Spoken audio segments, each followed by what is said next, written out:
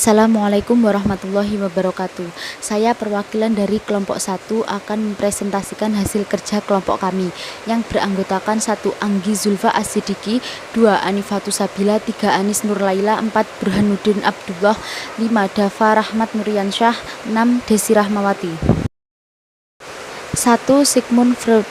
Freud mengenalkan 3 model struktural lainnya, yaitu ID, ego, dan superego.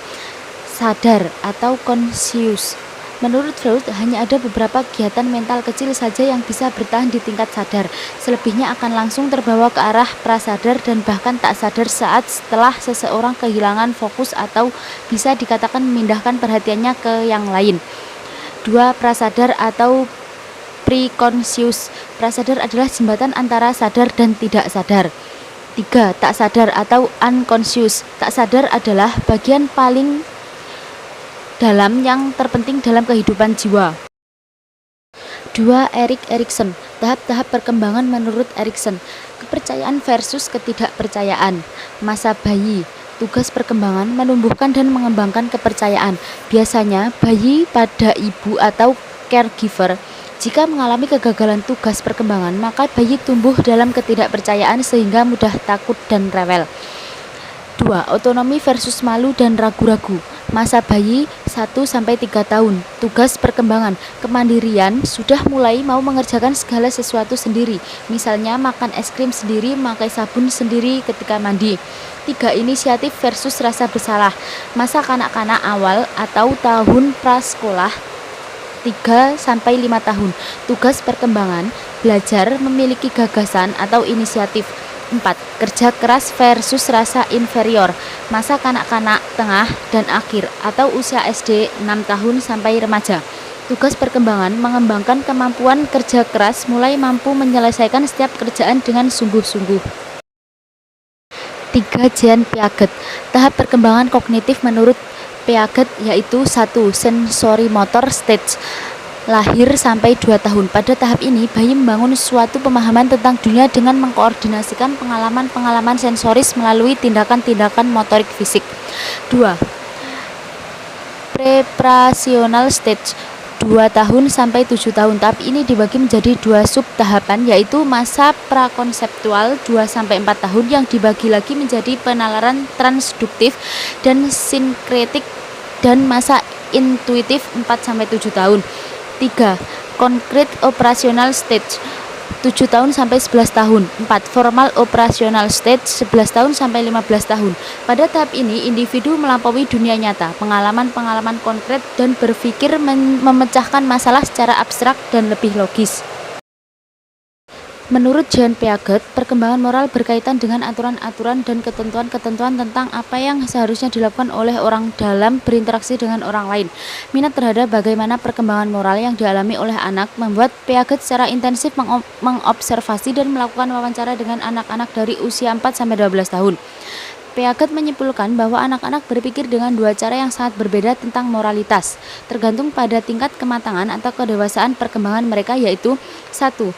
Heteronomous morality. Tahap ini merupakan tahap pertama perkembangan moral menurut teori Piaget yang terjadi kira-kira pada usia 4-7 tahun. Keadilan dan aturan-aturan dibayangkan sebagai sifat-sifat dunia yang tidak boleh berubah dan tidak bisa dihilangkan serta lepas dari kendali manusia. B. Autonomous morality. Tahap ini adalah kedua di tahap perkembangan moral menurut teori Piaget, yang diperlihatkan oleh anak-anak yang lebih tua, kira-kira usia 10 tahun atau lebih. Anak menjadi sadar bahwa aturan-aturan dan hukum-hukum diciptakan oleh manusia, dan dalam menilai suatu tindakan harus dipertimbangkan niat dan tujuannya, maksud-maksud pelaku, juga akibat-akibatnya. 4. Skinner respon perilaku yang dapat diamati dan determinan lingkungannya merupakan hubungan antara tingkah laku dan konsekuensinya. Perilaku berubah sesuai dengan konsekuensi-konsekuensi langsung dari perilaku-perilaku tersebut. Skinner membedakan 2 macam respon, yaitu A. Responden respon, yaitu respon yang ditimbulkan oleh perangsang-perangsang tertentu. B. Operan respon, yaitu respon yang timbul dan berkembangnya diikuti oleh perangsang-perangsang tertentu. Eksperimen Skinner melahirkan 2 hukum. 1. Law of operant conditioning. 2. Law of operant extinction. Prinsip belajar Skinner. 1. Hasil belajar harus segera diberitahukan kepada anak. Jika salah segera dibetulkan, jika benar diberi penguat. 2. Proses belajar harus mengikuti irama dan tempo belajar dari anak dengan prinsip individual difference. 3. Dalam proses pembelajaran, lebih dipentingkan belajar melalui aktivitas sendiri atau learning by doing. 4. Dalam proses pembelajaran, anak sebaiknya tidak menggunakan hukuman dan tingkah laku yang diinginkan diberi hadiah. Menurut Vygotsky, perkembangan potensi intelektual sangat dipengaruhi oleh orang-orang yang ada di lingkungan sosial budayanya, sosial kultural perspektif.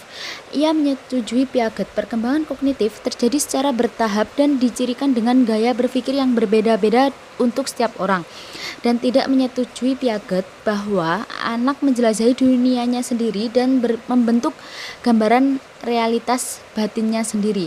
Perkembangan manusia, khususnya dalam belajar dan berpikir, adalah merupakan fungsi dari lingkungan sosiokultural di mana manusia tumbuh berkembang. Kognisi manusia tidak dapat dipisahkan konteks budaya. Setiap bayi yang dilahirkan membawa beberapa fungsi mental dasar seperti perhatian, sensasi, persepsi, dan memori, dan melalui transformasi budaya dan proses mental, fungsi mental berkembang sehingga akhirnya terjadi perubahan menjadi fungsi mental yang lebih tinggi. Dijelaskan lebih lanjut pada subbab perkembangan kognitif anak, yaitu the zone of proximal development dan scaffolding. Sekian presentasi dari kelompok kami.